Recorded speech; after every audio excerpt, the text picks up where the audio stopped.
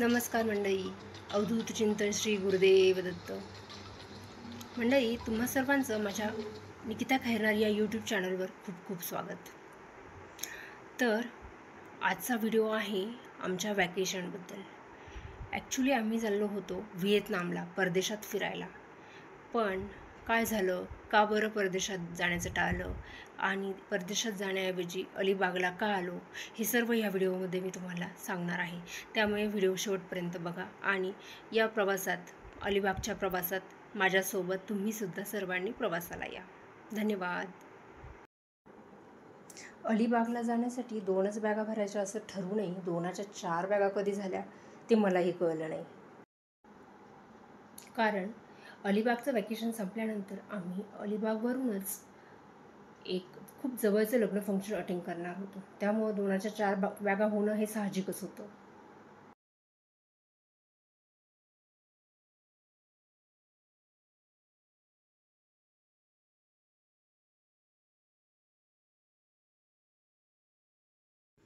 प्रवासाची सुरुवात घरातील देवबाप्पाच्या दर्शनाने केली. कारण कुठलाही प्रवास सुखरूप व्हावा यासाठी देवबाप्पाचे आशीर्वाद हे खूप महत्त्वाचे असतात. आणि नकळतच देव्हाऱ्यातील श्री रामलल्लांचा हा फोटो माझ्या पर्समध्ये मी केवढा ठेवला हे माझ्याही लक्षात आलं नाही.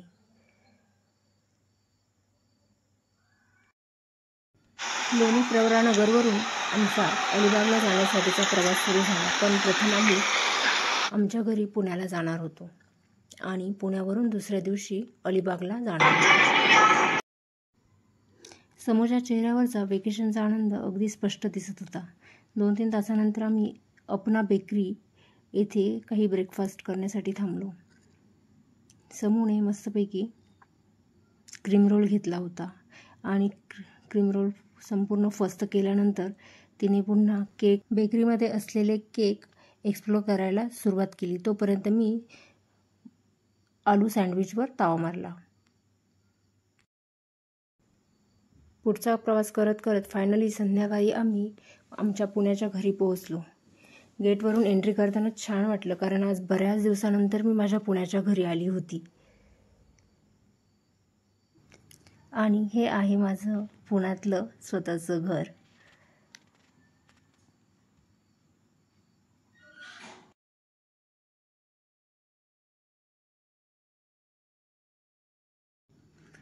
दुसऱ्या दिवशी अगदी सकाळीच आम्ही आमच्या स्वतःच्याच कारने अलिबागला जाण्यासाठी निघालो. सकाळचे 7 वाजलेले असल्याने रस्त्यावर फारशी गर्दी अजिबात नव्हती. रस्ता अगदी मोकळा होता, त्यामुळे आमचा प्रवासही तसा फास्ट चालला होता.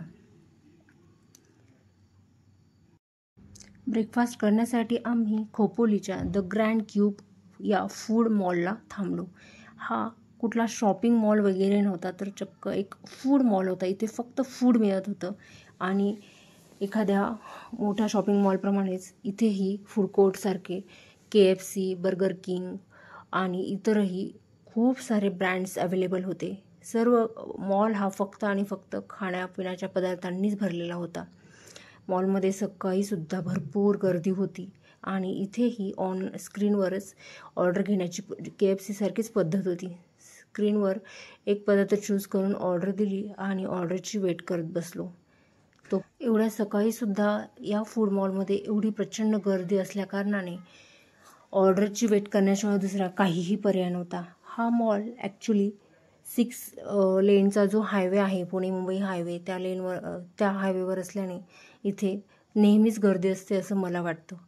ऑर्डर आली आणि आम्ही लवकर ब्रेकफास्ट आवरून परत पुन्हा पेण मार्गे पुढे अलिबागला जायला निघालो. हा रस्ता अगदी शांत होता आणि निवांत होता. रस्त्याने गर्दीही फारशी नव्हती आणि अगदी हिरवेगार सगळीकडे वातावरण होतं. त्यामुळे हा प्रवास अगदी छान वाटत होता.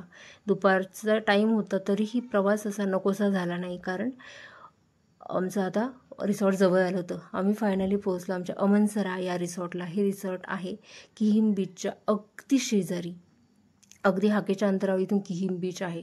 आणि हे रिसॉर्ट बघितल्या क्षणीच मला फार आवडलं. 3-4 फ्लोअरचं हे रिसॉर्ट, अगदी हिरवळ दाटलेलं, सगळीकडे हिरवळ दाटलेली होती, भरपूर मोठे मोठे झाडं होते आणि कोकणात आल्याचा फील या रिसॉर्टने लगेच दिला. कारण सगळीकडे आंबा, पोपळी आणि सुपारीच्या झाडं दिसत होते, उंच उंच झाडं होते.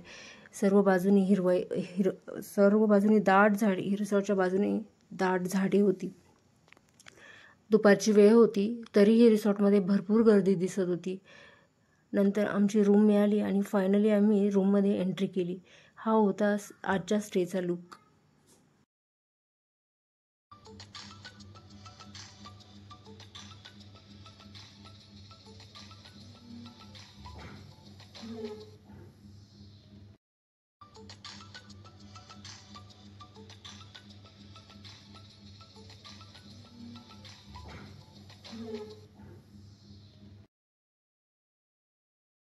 याच रिसॉर्टमध्ये स्विमिंग पूल आहे हे कळल्यावर समूने लगेच TV ऑफ केला आणि तिने स्विमिंग पूलकडे जायला निघाली.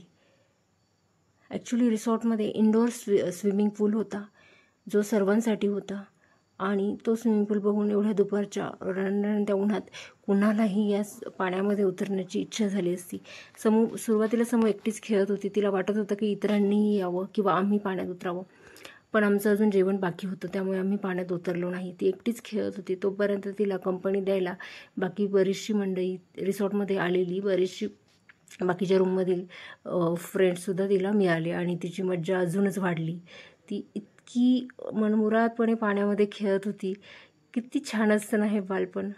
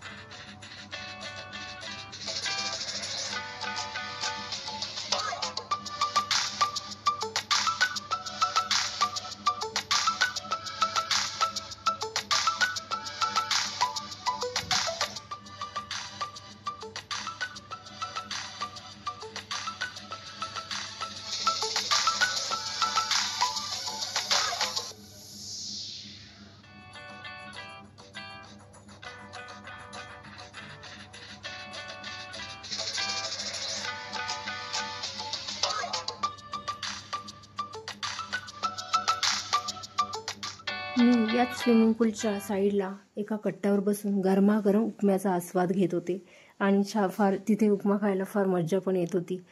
एव्हा बरीच मंडळी स्विमिंग पूलमध्ये आली होती आणि बऱ्याच जणांशी ओळखीही झाल्या होत्या. प्रवासाचं असंच असतं ना, अनोळखी ठिकाणी आपण फिरत असतो. अनेक अनोळखी लोक आपले कधी जवळचे होऊन जातात, कधी आपले मित्रमैत्रिणी बनतात ते आपल्याला कळतही नाही. आता समर्थाची इच्छा होती की बेबी पूलमधून बाहेर निघावं आणि मोठ्या व्यक्तींच्या पूलमध्ये यावं. तिने हळूच माझ्याकडून परमिशनही घेतली, पण रिंग घालूनच मी तिला परमिशन दिली आणि तिने बेबी पूलमधून काढता पाय घेऊन आता ती मोठ्या माणसांच्या स्विमिंग पूलमध्ये उतरायचा प्रयत्न करत होती. सुरुवातीला ती घाबरत होती, पण रिंग असल्यामुळे काहीही हरकत नाही हे जेव्हा तिला सांगितलं तेव्हा तिने धीर करून मोठ्या माणसांच्या पूलमध्ये एंट्री केली.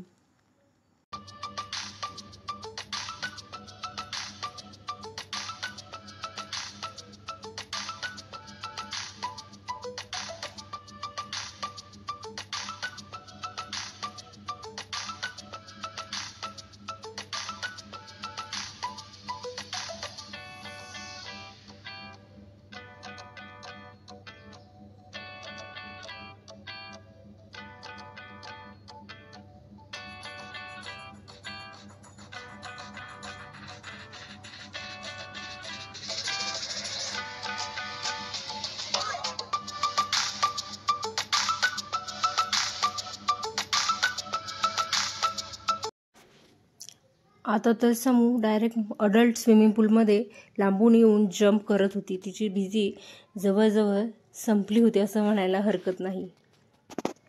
भरपूर मनमुराद आनंद घेतल्यानंतर, स्विमिंग पूलमध्ये भरपूर खेळल्यानंतर आता संध्याकाळी टाईम झाला होता तो किहिम बीचकडे जाण्याचा. किहिम बीच अगदी हाकेच्या अंतरावर आहे. तर आम्ही संध्याकाळी किहिम बीचकडे निघालो. इथे जवळजवळ सनसेट होण्याची वेळ आली होती आणि वातावरण फार सुंदर होतं. किहिम बीचच्याच अलीकडे भरपूर शॉप आहेत जिथे मासे वगैरे भरपूर विकत मिळतात आणि काही स्विमिंग कॉस्ट्यूमसुद्धा विकत मिळतात. संध्याकाळची वेळ असल्याने बीचवर बऱ्यापैकी गर्दी होती. हा बीच तसा फारसा स्वच्छ पाण्याचा नाही आहे, परंतु तरीही भरपूर पर्यटक इथे आलेले होते आणि बीचचं पाणी स्वच्छ असं वाटतं. बीच म्हटलं कीच एक वेगळीच ऊर्जा आपल्याला मिळते. ते उसळत्या लाटा ज्या आपल्याकडे येतात आणि परत मागे जातात. तसंच या बीचवर ATV बाईक, त्यानंतर हॉर्स रायडिंग वगैरे असे बरेच सारे ऑप्शन्स उपलब्ध होते.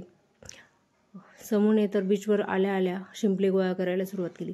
तिला का कुणास ठाऊक पण शिंपल्यांचं फार असं अट्रॅक्शन आहे आणि ती एका पिशवीत असे शिंपले गोळा करत बसली होती. अजून तर बीचच्या पाण्यामध्ये ती गेलीसुद्धा नव्हती.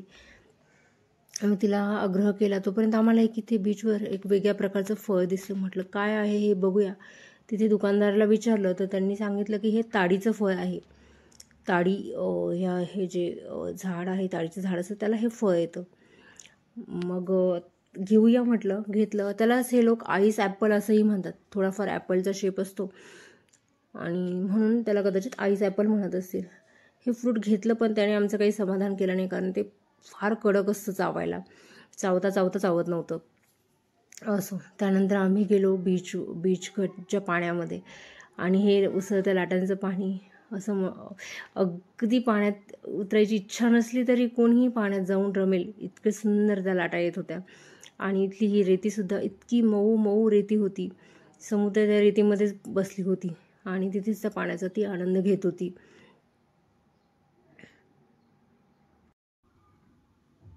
हा किहिम समुद्रकिनारा हा एक निसर्गरम्य आणि खरंच शांत ठिकाण आहे. इथं पांढरी वाळू आहे. स्वच्छ पाणी थोडंफार प्रमाणात आहे आणि स्वच्छ पाण्याचा आणि लाटांचा खूप सुंदर संगम इथे दिसतो. या किनाऱ्यावर फिरायला आणि लाटांचा आवाज ऐकायला खूप छान वाटत होतं. किनारी भागावर अनेक प्रकारची झाडं आहेत.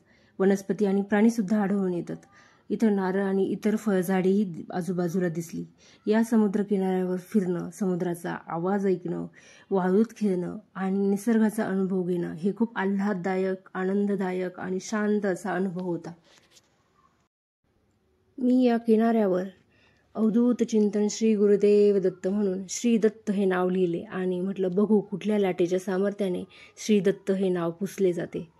मी वाट बघत होते. लाटा येत होत्या, जात होत्या.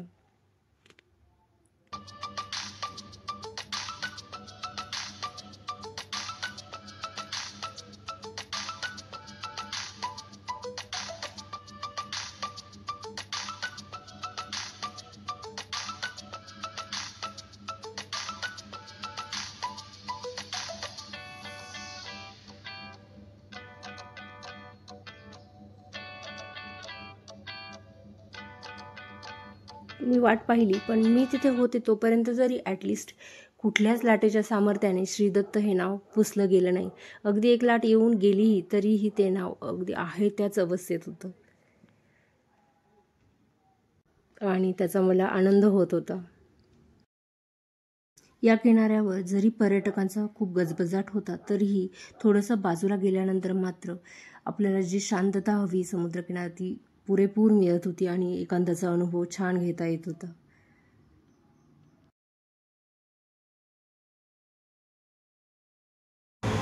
असं नका बघू येते मला लाज, केला शृंगार आज घातला या साथ, दिसते मी भारी जणू अप्सरा मी खास, नखरेवाली कुठे निघाली घालून सा.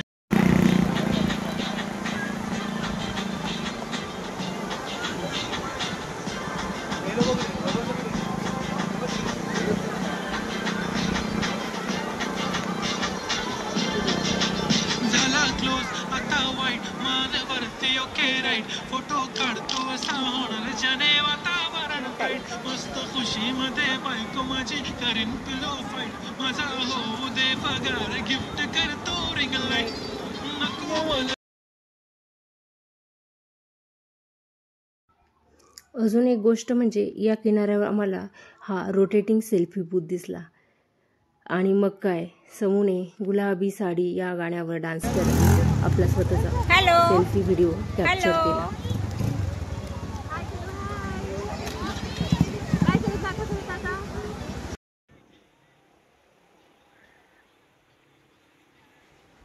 बीचवरच्या रेतीत वाळूत पाण्यात खेळण्याचं मोह कुठल्याच बालकांना आवरत नव्हतं. आत्ता हे छोटं बाळ आपण बघितलं ते सुद्धा मस्तपैकी रेती खेळत होतं.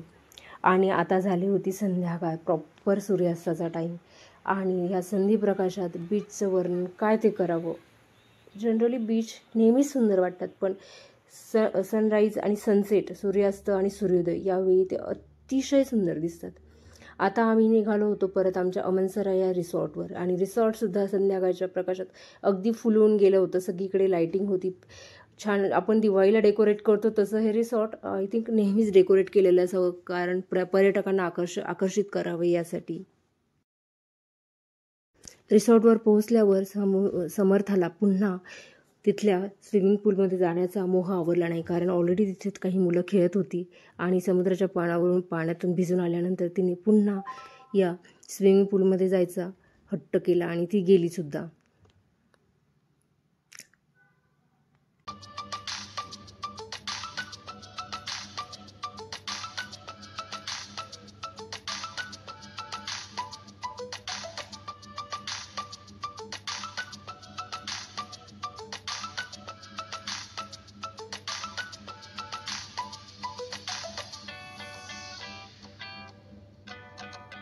रात्रीच्या जेवणाला पनीर भुर्जी खाल्ली आणि असा संपला आमचा व्हॅकेशनचा पहिला सुंदर दिवस, जो होता किहीम बीचवरच्या अमनसरा रिसॉर्ट आणि किहीम बीचवरचा.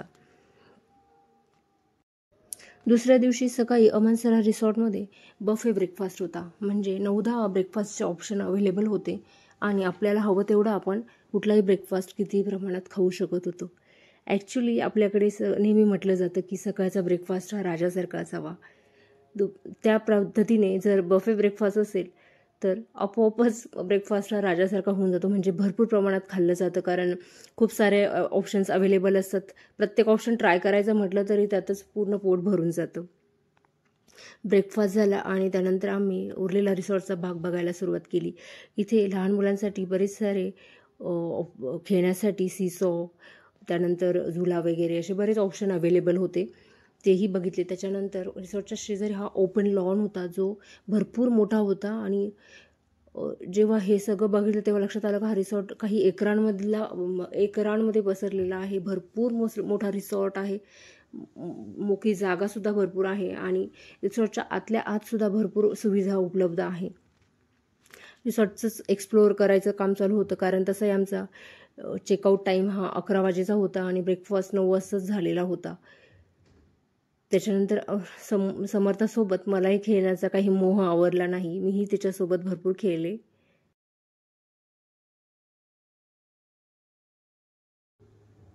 खेळून झाल्यानंतर आम्ही रिसॉर्टच्या वरच्या मजल्यावर असलेल्या एका लायब्ररीत गेलो. ही लायब्ररी सर्वांना उपलब्ध होती. इथे शिवाजी महाराजांची आणि इतरही बरेच अशी पुस्तकं अवेलेबल होती. ज्यांना पुन्हा वाचनाचा छंद आहे त्या लोकांना इथे अगदी शांत निवांत जागा होती आणि ती लोक येऊन बुक्स रीड करू शकत होते.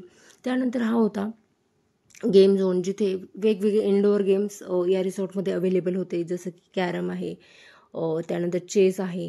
आणि ही एक अत्यंत निवांत अशी शांत अशी जागा होती, जिथे कोणी सापशिडीचाही गेम होता, जिथे आपण कोणी जे लोक रिसॉर्टमध्ये राहायला आलेले आहेत ते लोक हे गेम्स खेळू शकत होते. एवढ्या सकाळी 11 वाजता आम्ही अमनसरा रिसॉर्टला चेकआउट केलं आणि तिथून डायरेक्ट गेलो अलिबाग बीचला. अलिबाग बीच हा अलिबागमधल्या सर्व बीचेसपैकी सर्वात मोठा बीच आणि सर्वात जास्त गजबजलेला बीच आहे. येथे कधीही जा, खूप गर्दी असते. आता आम्ही बीचवर आलो त्यावेळी अगदी दुपारचे 12 किंवा 1 वाजेचा टायमिंग होता आणि समुद्रावर किनाऱ्यावरची गर्दी तुम्ही बघू शकता. या गर्दीवर, या उन्हाचा एप्रिल महिन्यातल्या उन्हाचा थोडासुद्धा परिणाम झालेला नव्हता.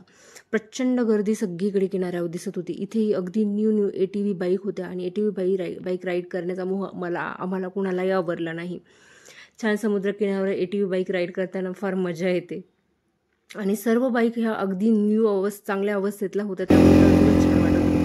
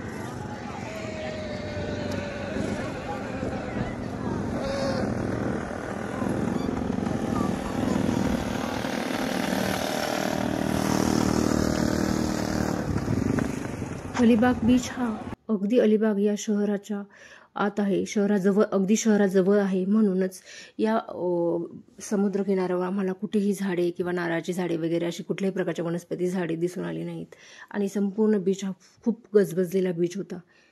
समर्थाची उंट राईड झाली आणि त्यानंतर आम्ही निघालो कुलाबा किल्ला बघायला, जो एका बेटावर वसलेला आहे.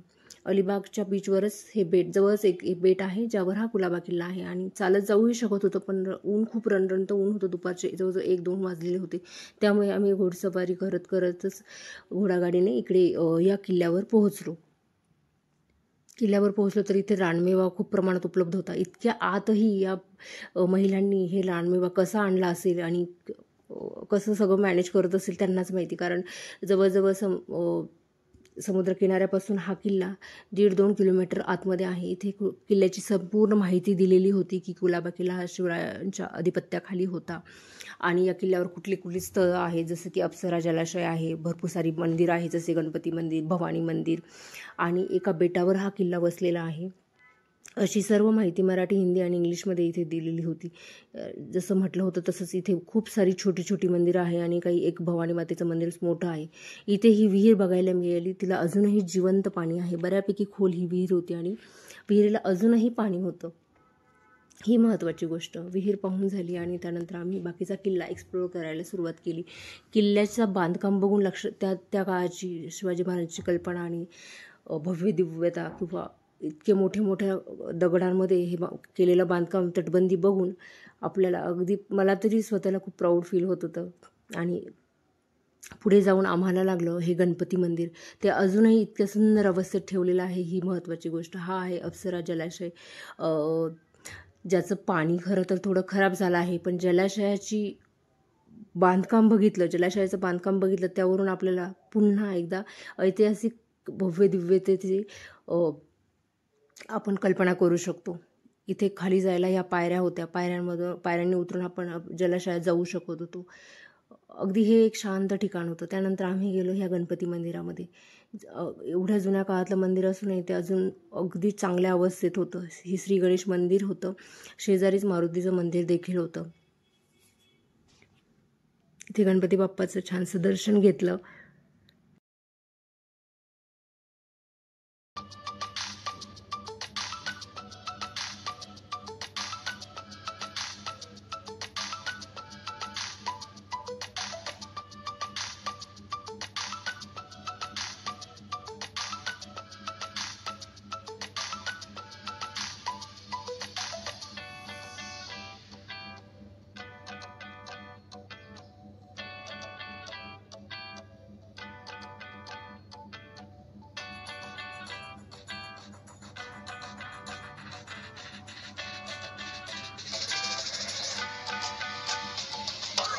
गणपतीचं दर्शन झाल्यावर गणपती मंदिराला ही आतल्या आतूनच छानशी प्रदक्षिणा घातली आणि त्यानंतर आम्ही पुन्हा किल्ला फिरायला सुरुवात केली. संपूर्ण किल्ला फिरायचा म्हटलं तर खरं तर 2-2.5 तास आपल्याकडे व्यवस्थित पाहिजेत. आता हा होता दुसरा प्रवेशद्वार. या किल्ल्याला खरं तर 2 द्वार आहेत. हा दुसऱ्या साईडचा प्रवेशद्वार होता, जिथून समुद्राचं अगदी सुंदर दर्शन होत होतं.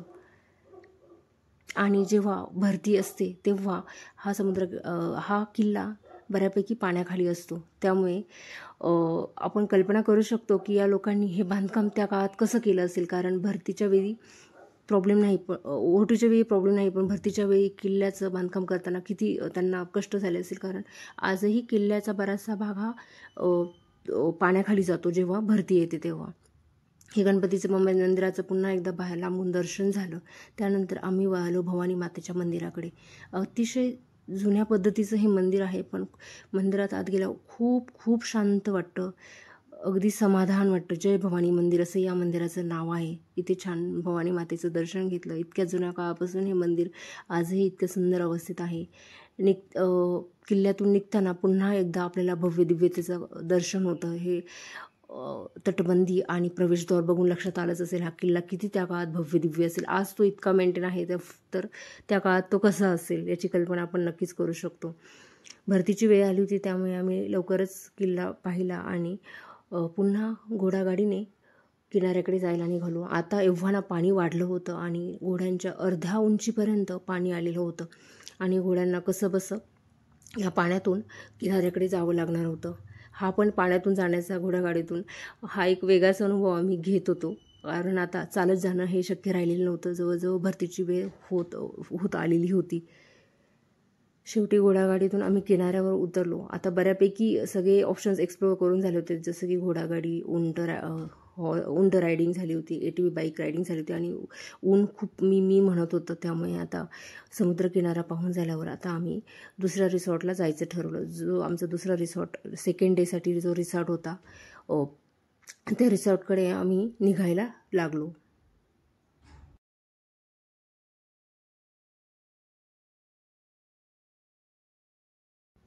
फायनली अलिबाग समुद्र किनाऱ्यावरून आम्ही निघालो आणि आम्ही पोहोचलो आमच्या वेस्टर्न ब्रिज विला या एका विला रिसॉर्ट टाईप सारख्या एका रिसॉर्टवर.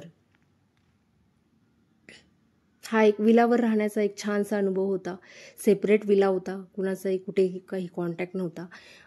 प्रत्येकासाठी इथे सेपरेट विलाज अवेलेबल होते आणि त्यानं सेपरेट विलावर राहण्याचा हा माझा पहिलाच अनुभव होता आणि हा खरोखर विला खूप सुंदर रमणीय असा होता.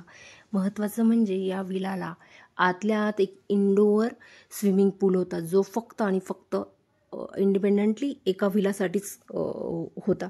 आणि हा स्विमिंग पूल प्रायव्हेट स्विमिंग पूल आतल्या आत असलेला विलाच्या आत असलेला हा स्विमिंग पूल बघून समर्थाला खूप खूप आनंद झाला. कारण तिला पाण्यात खेळायला प्रचंड आवडतं. तिला बीचपेक्षाही स्विमिंग पूलमध्ये खेळायला जास्त आवडतं. त्यामुळे तिच्यासाठी ही पर्वणीच होती. वाटेल त्यावेळी ती कुठल्याही वेळी या प्रायव्हेट पूलमध्ये जाऊन पाणी खेळू शकत होती. आणि पाणी पण अगदी स्वच्छ होतं. स्विमिंग पूल हा छान मेंटेन केलेला होता. त्यामुळे रिसॉर्टमध्ये आल्यानंतर खरंच छान वाटलं.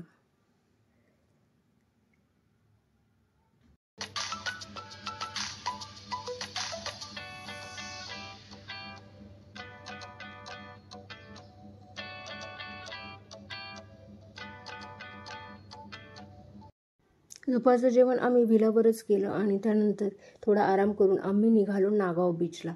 नागाव बीच हा सुद्धा या रिसॉर्टपासून अगदी हाकेच्या अंतरावर होता. सर्व रिसॉर्ट हे मुद्दामच बीचपासून फार जवळ घेतलेले होते आणि इथे आम्हाला बीचवर दिसला हा मासा मेलेला आणि त्याला खात होता हा कावळा. चालायचंच, लाईफ सायकल आहे.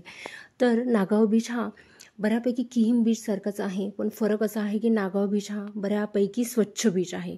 किहीम बीचपेक्षा इथलं पाणी बऱ्यापैकी स्वच्छ आहे आणि असंच आजूबाजूला भरपूर झाडी वगैरे, नारळाची झाडी आणि इतर वनस्पती देखील आम्हाला ह्या बीचवर दिसला. आणि हा बीच गजबजलेला आहे, पण कदाचित किहीम बीचपेक्षा अजून शांत वाटतो का ते माहीत नाही. अगदी नयनरम्य, निसर्गरम्य आणि शांत बीच असा हा नागाव बीच आहे. त्यामुळे कदाचित नागाव बीचला पर्यटकांची पसंती ही किहीम बीचपेक्षाही जास्त असते. हे इतकं सुंदर लाटांनी तयार झालेली ही रेती बघून पाण्यात उतरण्याचा मोह आवरतच नव्हता. इथे सुद्धा लाटा अतिशय छानपैकी लाटा येत होत्या आणि त्या लाटा बघायला मला तासनतास मी ह्या लाटा समुद्राच्या बघू शकते. त्याच्यासाठीच मला खरं तर बीच खूप आवडतो. ही बोट या लाटांवर खूप वर खाली करत होती, कारण बोटला कोणी ड्रायव्हर वगैरे कोणीच नव्हता. ती अशीच पाण्यावर तरंगत होती. या बीचवर समूला खेळायला मजा येत होती आणि लाटा जास्त जोराच्या असल्याने ती अजूनच आनंदी झाली होती. इथेही बऱ्यापैकी संध्याकाळी आम्ही आल्याने आता झाली होता संध्याप्रकाश, सूर्यास्ताची वेळ झाली होती आणि सूर्यास्ताच्या वेळी कुठलाही बीच बघायला खूप सुंदर वाटतं. कदाचित सनराईजपेक्षाही सनसेटलाच बीच अतिशय सुंदर दिसतात. एकीकडे मावळणारा सूर्य असतो आणि दुसरीकडे चंद्र आकाशात आलेला असतो आणि या संध्याप्रकाशात बीच अतिशय छान वाटतात. हे नयनरम्य दृश्य डोळ्यात भरावं तितकं कमीच वाटतं.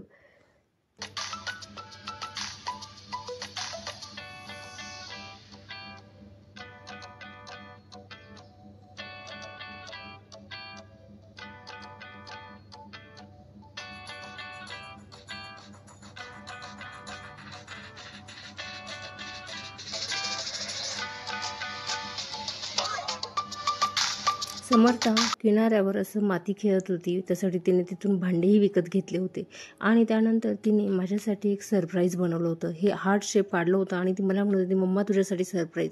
म्हणून मी ते सरप्राईज ओपन करून बघितलं तर या हार्ट शेपमध्ये तिने भरपूर सारे शिंपले गोळा केले होते किनाऱ्यावरचे आणि त्यानंतर ते त्या हार्ट शेपमध्ये आतमध्ये मातीमध्ये मिसळून झाकून ठेवले होते. मला छान वाटलं. त्यानंतर तुमचा हा सनसेटचा व्ह्यू मिस होऊ नये म्हणून मी पुन्हा एकदा व्हिडिओ कॅप्चर केला आणि नंतर आम्ही निघालो आमच्या रिसॉर्टकडे, ज्याचं नाव होतं वेस्टर्न ब्रीज विला रिसॉर्ट. हे रिसॉर्ट संध्याकाळच्या प्रकाशात अतिशय छान वाटतं. अतिशयोक्ती नाही, पण त्यांनी इतकी सुंदर डेकोरेशन केलं होतं लाईटिंगचं. आणि हा विलाच असल्याने तर त्यांना आणि त्याचा एक सेपरेट स्विमिंग पूल बाहेर होता, जो सर्वांसाठी उपलब्ध होता. आणि जो मगाशी दाखवला जो रूमच्या आत होता तो फक्त आमच्या सेपरेट रूमचा होता. आता समर्थाला इथे खेळण्याची इच्छा झाली होती आणि पुलामध्ये गर्दीही असल्याने तीही पुलामध्ये गेली आणि तिने खेळायला तिथे पाणी खेळायला सुरुवात केली. आता जवळजवळ संध्याकाळचे 7 वाजलेले होते आणि इथे एक लाईव्ह बँड होता या रिसॉर्टमध्ये. हे नाव आहे वेस्टर्न ब्रीज विलाज. रिसॉर्टचं नाव होतं वेस्टर्न ब्रीज विलाज. आणि खरंच मी मेन्शन करेल की कुणाला जर एक छानसा रिसॉर्ट हवा असेल अलिबागमध्ये किंवा नागाव बीचजवळ तर हा रिसॉर्ट मी नक्की रेफर करेल. नक्की एकदा जाऊन बघा. स्वतंत्र विलाजचे ऑप्शन्स अवेलेबल आहेत. त्यानंतर कंबाईंड रूम्स देखील आहेत आणि खरोखरच एक शांत निवांत असा विला हा आपल्याला म्हणजे आपण व्हॅकेशनला का जातो तर आपल्या नेहमीच्या दगदगीपासून आपल्याला शांतता मिळावी, एन्जॉयमेंट व्हावी, त्यासाठी आपण जातो आणि त्यासाठी हे एक बेस्ट लोकेशन आहे असं मी म्हणेल.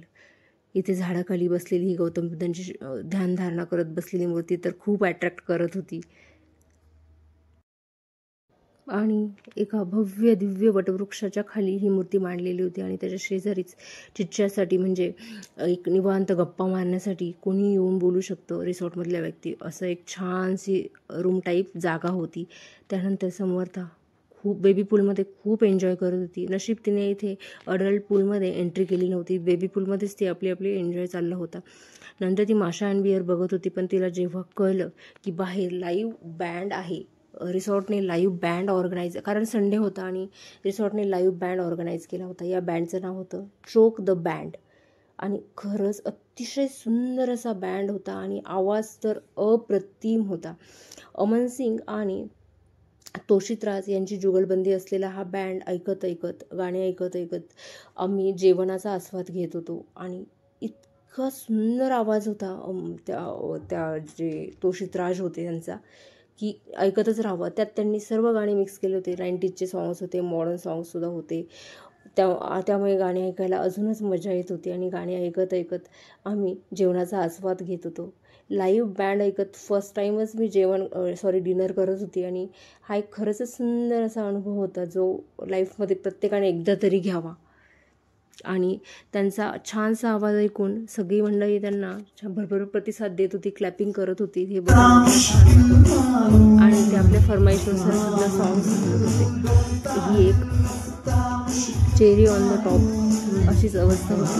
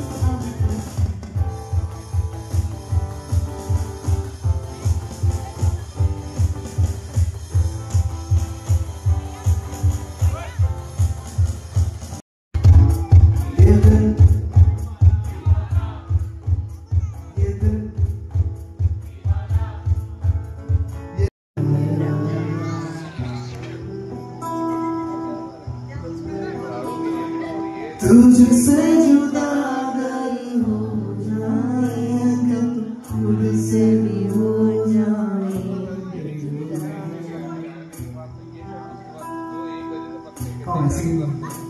क्योंकि तुम ही हो तुम ही हो जिंदगी अब तुम ही हो चैन भी मेरा दर्द भी मेरी आशिकी अब तुम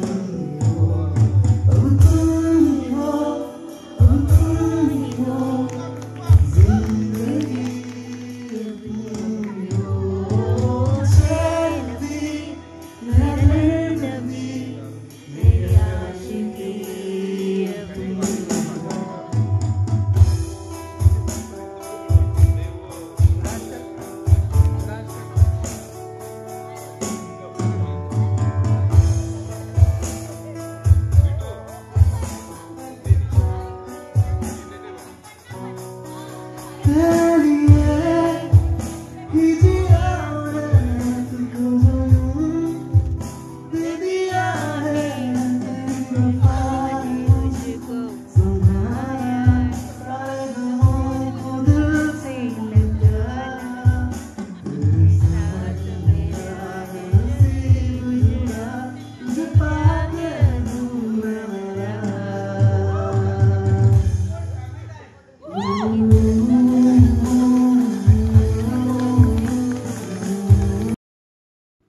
इथेच रिसॉर्टमध्ये आल्यानंतर समर्थचा एक क्यूट फ्रेंड झाला होता. राघव त्याचं नाव होतं. आणि ती त्याला चक्क स्वतः खायचं सोडून त्याला आईस्क्रीम खाऊ घालत होती. हे समर्थाचं नेचर मला फार आवडतं. ती जिथे जाईल तिथे लवकर पटकन फ्रेंड्स बनवते आणि त्यांच्यासोबत एन्जॉयमेंट करते. तर असा होता आमचा वेकेशनचा सुंदर असा दुसरा दिवस. धन्यवाद.